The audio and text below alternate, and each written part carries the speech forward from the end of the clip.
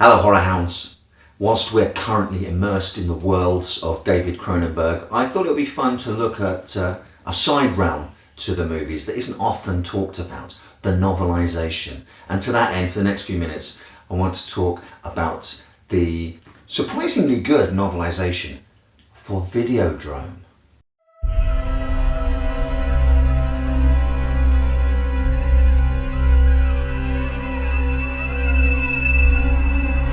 I bid you welcome. I welcome you to my house. Welcome to my house. Welcome to my home. A major movie starring Debbie Harry. Sorry, James Woods. She did it for love. She did it for pain. She did it for Videodrome. Jack Martin, based on a screenplay by David Cronenberg. Jack Martin is a nom de plume for Dennis Etchison, a well-known horror writer. I think he's also done novelisations for The Fog, Halloween and Halloween 2. Really sought after, really pricey. I think I had his Halloween 2 novelisation years ago and now no longer have it and can't afford it again. The good news is that his novelisation for Videodrome is not only eminently affordable on certain second-hand retail book websites, it's also surprisingly good. One of the best things you can glean from novelizations, because the author needs a runtime before the release of the film, more often than not, a novelization will be based on an earlier draft of the script. It will include scenes that don't make the final cut. It's a really interesting look at the way the final cut of the film develops. I guess off the top of my head, most famously, for us in the horror community, Simon Hawke's novelizations of Friday the 13th, Part 3 and Part 6, Jason Lives, which I do own in the room behind me, have scenes that were cut from the Friday the 13th movies. Videodrome is no exception. And you would think straight off the bat that a film like Videodrome, which is so super reliant on its really surprising and shocking visual imagery and visual hallucinatory imagery, would be really hard to adapt into prose form. And whilst I certainly don't think the book supersedes the film, the story of Videodrome is one that should be told visually. The novelisation is a really intriguing, and for super fans of David Cronenberg, I would suggest worthwhile companion piece for definite. First off, one of the things that I was really impressed with was Etchison's ability to get inside Max Wren's head. James Wood's portrayal of Max Wren, probably one of the best screen performances he's given, to be perfectly honest. I said in my review of Videodrome, which I'll link to below, that he does skeezy, sleazy sort of anti-heroes practically better than anyone else. Slime balls. And he does a good job of, even though Max Wren is an utter slime ball, making him sympathetic and the hero of our film, the protagonist. Etchison does a similar job here. What I was really impressed by is that rather than just a scene-by-scene recreation of the film, and which is what an awful lot of novelizations are, Etchison really gets into Max Wren's head. There's an internal dialogue in Wren's head throughout the novelization that is all Etchison's own work, even sort of to the point of it seems almost like he would approach the character of Max Wren as an actor would. Right, I've got the lines of dialogue, I've got what Wren has to say, now I need to internalise and work out why he's saying it. And he gives us thought processes and things that are going through Wren's mind that kind of spin certain lines of dialogue cast them in new lights, spin them in new directions. I don't want to overplay it, but I've read far too many novelisations which are just exactly lines of dialogue as they appear in the film, exactly the scenes as they appear in the film, and it's almost like a prose description of the film for someone who can't watch or access the film. Whereas this does add sort of layers of nuance, layers of depth and understanding. You might agree with the layers, with Max Wren's internal thought process that Etchison gives him, and you might think, well, do you know what? No, that's not my Max Wren. Mine is what I want to project onto what I see in the movie, which is absolutely fine. This is just a take. It does contain scenes that aren't in the movie. It starts off, and it really wrong-footed me, it starts off with a dream sequence of Max's brought about by the TV program Samurai Dreams that he's considering buying at the start of the movie for his cable TV station. So there's a very strange dream sequence where he is committing, is it seppuku, harikari, as we know it in the West, ritual Japanese suicide, whilst being watched by a sort of gallery of eyes in the darkness, which really sets the sort of tone of paranoia and slightly off-kilter reality that seeds through the rest of the book. Reading it in prose form and being inside Max's head whilst reality disintegrates sort of puts the story, I guess, in the same, a similar sort of library section as you'll find a lot of Philip K. Dick's stories settling into, which is weird because I don't necessarily get a massive Philip K. Dick vibe from Videodrome, but it's all layers and strands of interconnectivity because we know that Cronenberg worked for a good couple of years on trying to adapt Philip K. Dick's We Can Remember It For You Wholesale into a workable movie, Total Recall, what became the Arnold Schwarzenegger vehicle. So we know that Philip K. Dick is an influence on David Cronenberg. It's just strange that it took me having to see the story put down on the printed page before I could slot some of those pieces together in my own head. There's certainly a scene in the novel that was in the script that got cut before it was shot called the bathroom scene that you can Google if you want, where a television set rises up like the Venus in the half shell, the Venus in the half shell painting rises up from his bathtub, and the people on the TV screen start talking to him again.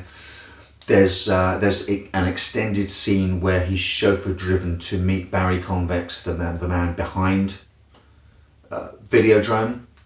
So that whole section going to meet him, some more hallucinations there with a little TV set like a dog walking around the cabinet, walking around on its four legs, talking to him, giving him advice.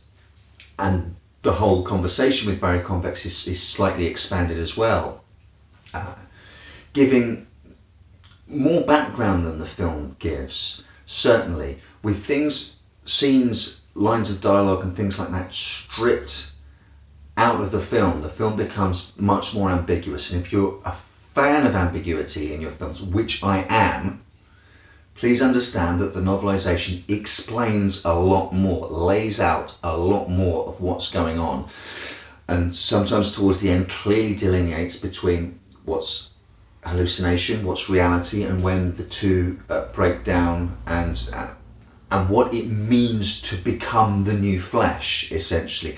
There's even a sort of origin for where Videodrome came from. Barry Convex works for, if you remember, they make glasses for the Third World and missile guidance systems for the army, and we find out that the Videodrome signal came from work they were doing for military applications for being able to see in very low to zero light. So if you want to understand some of David Cronenberg's thought processes and how some of these things come to be, that, for example, explains when Max puts on that headset to record one of his hallucinations and screams that it's too bright because the lights are on and Barry Convex has to turn the lights off. That's because the technology is to be used in low to zero light. So a fully lit room would be too bright and too painful. There's a thought process behind all of this, which you might prefer being left ambiguous in the movie, or you might like being explained a little more in the novel. When I talked about Videodrome, the movie, I did say that sort of barreling rush towards an end did feel a little bit compressed, and I could have done with a couple of extra scenes to sort of give those turns time and space to breathe, the understanding of what it was that Max was becoming as a programmed assassin and how that programming was broken down by Bianca Oblivion, what is meant by the new flesh. Not all of that is spelled out explicitly in the novel. It's still very much a barrel towards the end. You'll get 5 pages towards the end and go, well, still this and this has to happen. What on earth is going on? And it does barrel towards that fast, flashy, one thing happening after another conclusion. That is from the script, but there are a couple of little bits, a couple more extra lines of dialogue that do help slightly to tease these twists and turns apart and give you a little bit more time to process what they might mean. There are also some scenes that are in a slightly different order in the novel than they finally appear in the book, which kind of, again, maybe work towards making sense of some of these things. For example, Barry Convex gives a very convincing argument as to why Max should put on the helmet to record one of his hallucinations, which isn't in the film. By this point, James Woods' character is just kind of going along with things. He doesn't have much agency, but in the novel it's explained sort of where he's being talked into putting this helmet on, this sort of prototype helmet to record one of his hallucinations, where Convex says, we're dealing in mental images on tape, done not the way it's always been done before, but directly. If it could be controlled, you could create a video narrative directly from your brain. Thousands of characters, exotic locales, amazing special effects, all for free. Why hire 1,000 people just to fill a frame this big? Just think them into it. So he's playing Turen's role as a programmer for Civic TV and saying, why are you spending all this time scouring around trying to find cutting edge material to buy and then put on your channel when you could just think these things into existence? It makes getting Ren from being questioning to putting the helmet on, it just makes it that little bit more seamless. It gives Ren still more agency towards the end rather than being a passive figure being worked upon by these forces.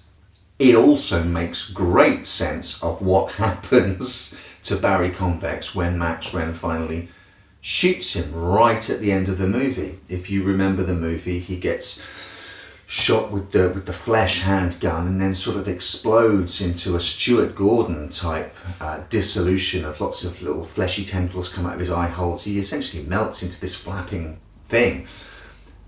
And that has always confused me. I'm clearly I wasn't smart enough to guess what was intended, or Cronenberg didn't really make it as clear as he could have. I thought, what, has Convex really been infected by the Videodrome signal all this time, and what's inside him now is far less than human?